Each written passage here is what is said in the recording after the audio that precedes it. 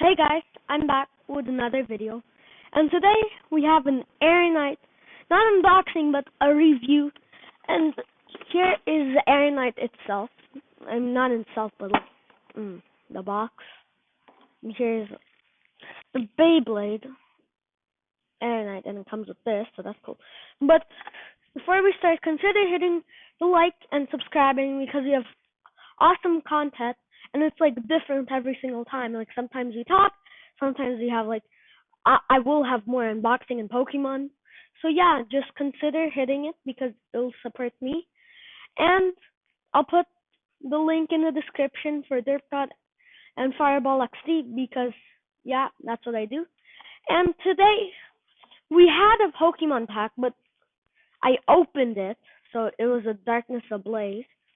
I opened it because like it didn't work, but here are the cards that I got. It was pretty insane because I never thought this was gonna happen. But I got a boring energy. I got this is so coincidental. I did not actually do this, but I can't believe this happened. So I got a Morphle and then a Shiinotic, like in the same pack, and then I got Teddiursa and Ursaring. And if you guys don't know what Pokemon is so much, this is the evolution. So Morphle is the pre-evolution, and that's the evolution. Then Ursaring is, I mean, Teddiursa is the pre-evolution, and that's the evolution. And it's so coincidental that I got two evolutions in one box. Not a box, but in 10 cards. And that's like weird, but I mean, it's still cool. I got a Rose Tower trainer. Look at that, boy. I got a Vanillite. Vanillite, yes, so cute. We got a Pansear. Pansear. I got a Trapinch. I got a Carvine, not hollow, but reverse. And then I can't believe I got this, but the first ever gold card was Colossal.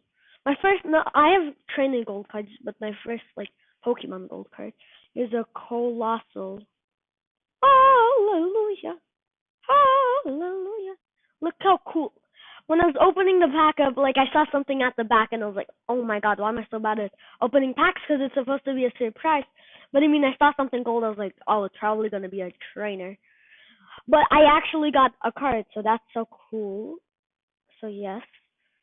And then we have to put this to the side because that's not the main topic. But I'm gonna have some gameplay of not Colossal, but the Beyblade. But first we're gonna review it. So basically, this comes with the Beyblade and then the launcher. And the bad thing is that when you launch it, it's the Beyblade's literally bigger than the launcher. So first of all, when you're launching it, like this is my launch position, like my finger, it scrapes the Beyblade. It literally scrapes it because like it's so hard. It like hurts to put your finger all the way there. Just want to like go down, but it doesn't work because this is so small. And second of all, yeah, that's it. But okay, but still, like this is so small. Why did they make it so small? And another thing that I have to not complain, but like, why did you do this? Is here it says that the speed for the slingshot Beyblade, that the speed is 4, and then the power is 2. But that's not the Beyblade. That's just a slingshot mode. So the power is 2. This is a lie. It's not true. The speed. The bad thing is even so when you go into slingshot mode, you basically like you see then there are lines right there, and then these two holes. So you have to pull it on that. So you have to pull down and then up. And then second of all, that's not hard. But first of all, when you launch the Beyblade, first of all it's flat. Second of all, because this has to spin, it's literally when you launch it, it never goes into slingshot mode. Out of 10, how many times does it go into slingshot mode? Once. Literally. I did this for like 10 minutes, only went in once. So like, I launch it and it's spinning, even in the air, just when it hits the floor, it just breaks. It just like goes in, back in. which is so good because you can prank your friends like that. Oh, I'm going into slingshot mode, and they're like, okay, so basically we have to go to the middle, but then you're like, sorry, I'm actually in stamina mode because this driver doesn't do anything. Another thing about the driver that they could have added is rubber, because like the plastic kind of slows it down, so they could have added rubber, so when it goes on an edge, so when it sits from this angle, it could have like got speed, and that could like turn it around so it goes back into the attack, but still. And that's where the speed. So the speed, literally, even if you get it off, it goes like super slow because it's basically just a hole. It's basically just a hole right there. It just stands in the same position. It just stops. So that's a lie. And then the power, because of the speed, there's literally no speed. So there's not going to be any power either because first of all, when the Beyblade comes and it's in the slingshot mode and it's still spinning, which is a surprise, even when it's still spinning, when it hits it, because like it's just flat, it's gonna fall over. And yeah, that's why. But I mean, still, it's still a good Beyblade because attack. It doesn't attack that much right here.